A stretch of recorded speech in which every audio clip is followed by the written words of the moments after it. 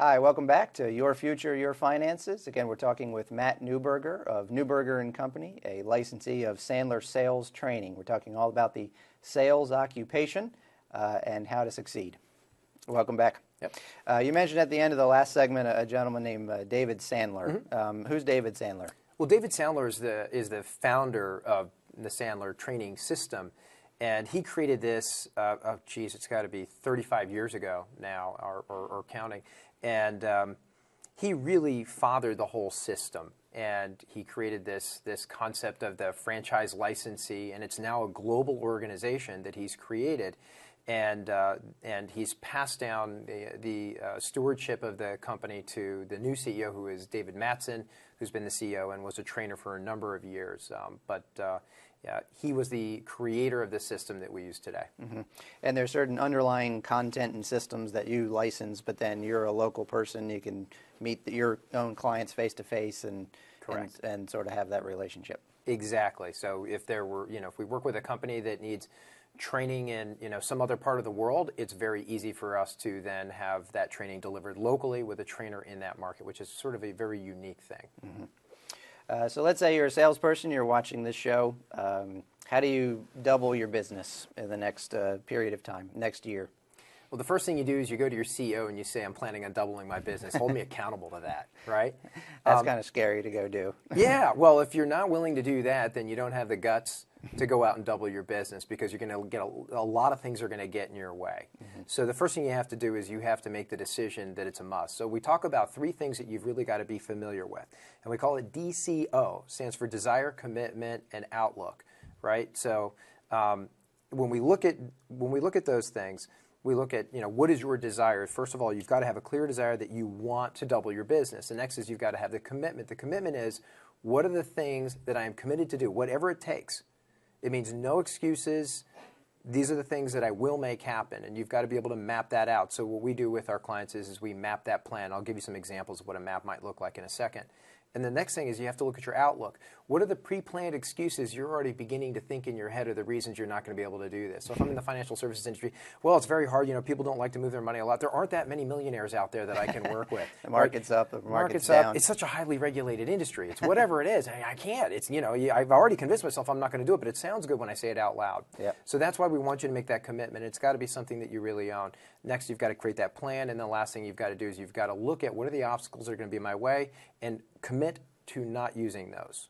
Commit to not using those excuses. Now, one of the things that we do with them, with an individual, and this will be the high-level version, so if somebody wants more information, they can pick up the phone, talk to one of our coaches, and our coaches will give them the more detailed information gladly. But the idea is very simply, if you're an existing you've been in the market and you have clients and things like that, we use this concept called client squared. And what we do is we look at your current clients, the clients you would like to attain. We look at the clients that you'd like to expand with. In other words, you may be working with somebody, but you don't have all of their business. And the last thing you're looking at is sort of this, who are the people that maybe you've prospected before or worked with but aren't working with you now? And how do we recapture those? We define each of those categories. And then what we do is we come up with 5 criteria around each of those descriptions. So around your keeps, your expands, your attains, and your recaptures. We look at 5 categories around them. So this is getting really complicated, but I'll try to keep it simple.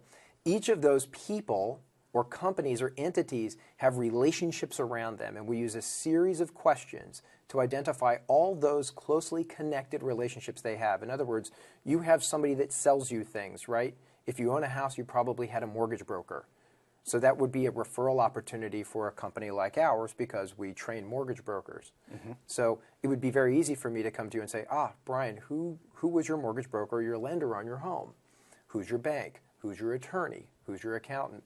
And by connecting the dots with all of your relationships and our relationships, one, I might be able to refer something to you. But what I can do is literally map out all of my relationships that I want to keep, expand with, go attain, or recapture, and then build all the relationships around them that I'd like to ask about.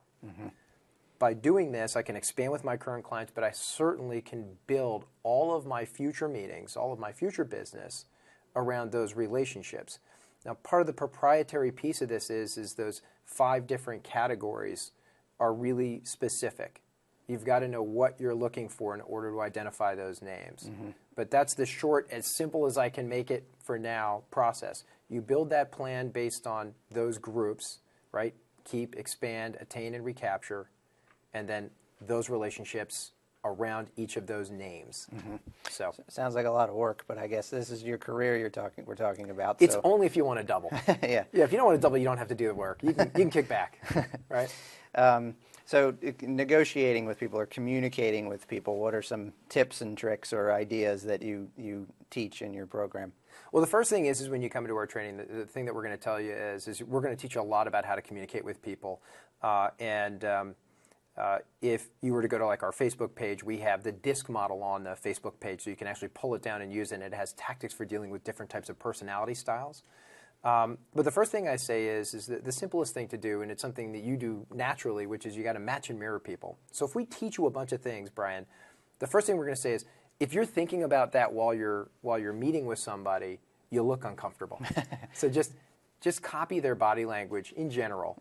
Try not to do too much. And what you'll find is that if you feel okay and relaxed and they feel okay and relaxed, that's pretty good bonding and rapport.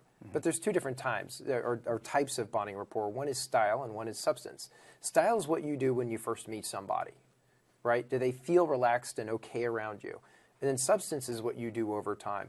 Are you modifying your style, not your personality or your value system or anything, but are you modifying your style so that it more closely matches the person you're working with? If you have somebody that likes to be careful and cautious in making their decisions, are you allowing them some extra time to make that decision instead of trying to force them into making a decision right away? Yeah. If you're dealing with a fast decision maker, are you making it simple for them to make fast decisions? So those are sort of some easy things to think about. But what I always tell people is, in sort of a short conversation like this, is just try to match up with them a little bit. Match the body language, match their pace, so that they feel okay, because people like who? Who like themselves. You got Who it. are like themselves. You got it. All right. We're out of time already, but thanks for coming on the show. How can somebody get a hold of you? Website and where you're located? One of the easiest ways to get in front of us is to go to our Facebook channel, believe it or not, and that's Neuberger Co. on Facebook, easy to find, and there's certainly lots of videos and tips and things like that there. Our website, if you go to Sandler.com, you'll find it. You'll find Neuberger and Company on Sandler's main site. Fantastic. All right. Thanks for coming on the show. Pleasure. You're watching Your Future, Your Finances. Thanks very much for watching.